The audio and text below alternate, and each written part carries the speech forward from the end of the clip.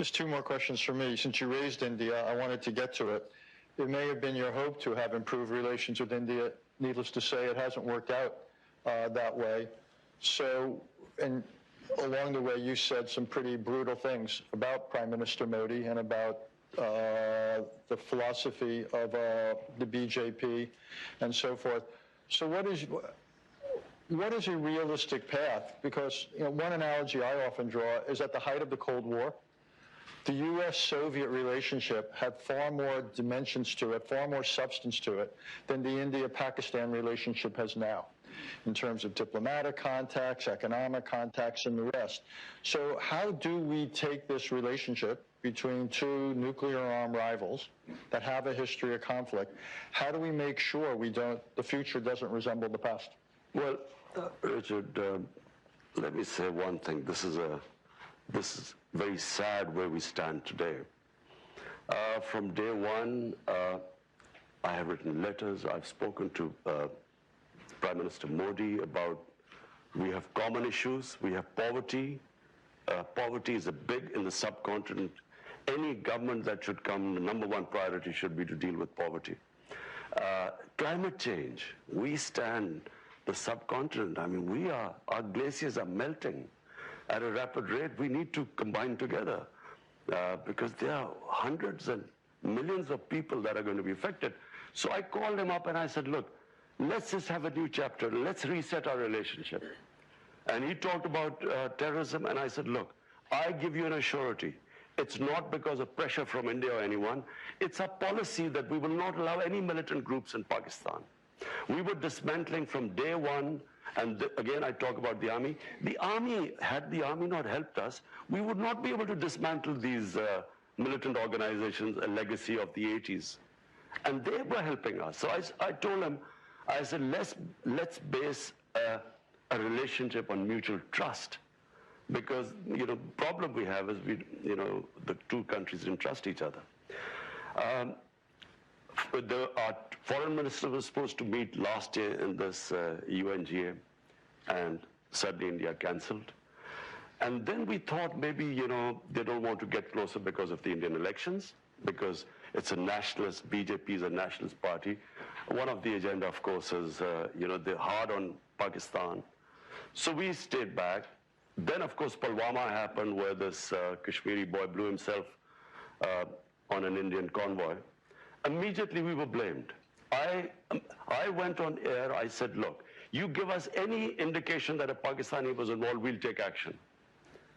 They bombed us. The jets came and they bombed us, and so we retaliated, no loss of life, but on the way, two of the jets went down, one in Pakistan. The pilot we captured, we immediately gave him back, saying you didn't want any escalation. But what did, in the election campaign, it was all about how Pakistan was petrified, and that's why they quickly returned the pilot, and how Pakistan will be taught a lesson. The whole election campaign, you just have to read. It was all about anti-Pakistan and how Pakistan would be taught a lesson. We still thought, okay, let the elections be over, we'll again resume.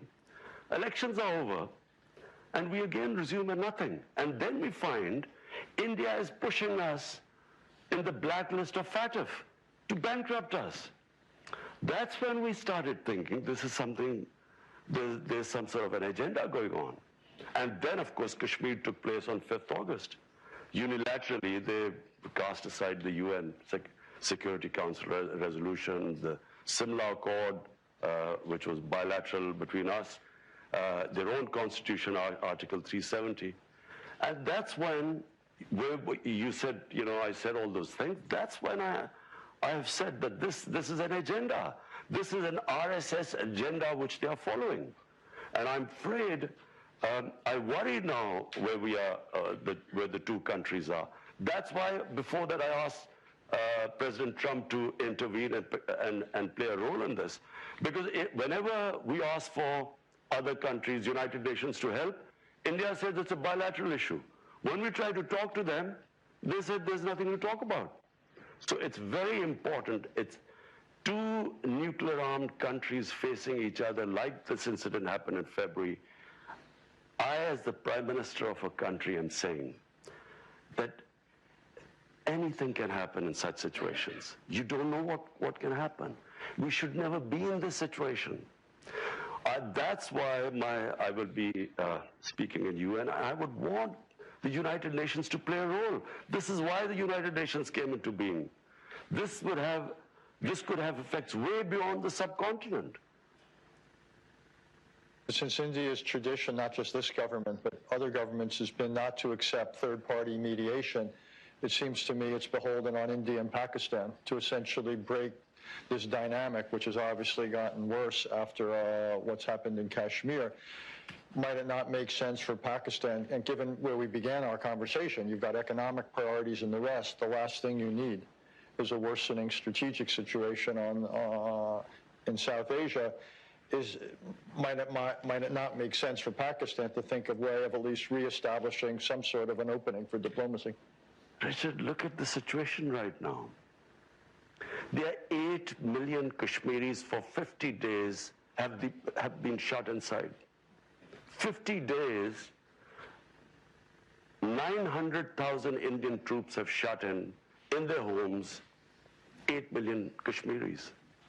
How am I going to talk about what?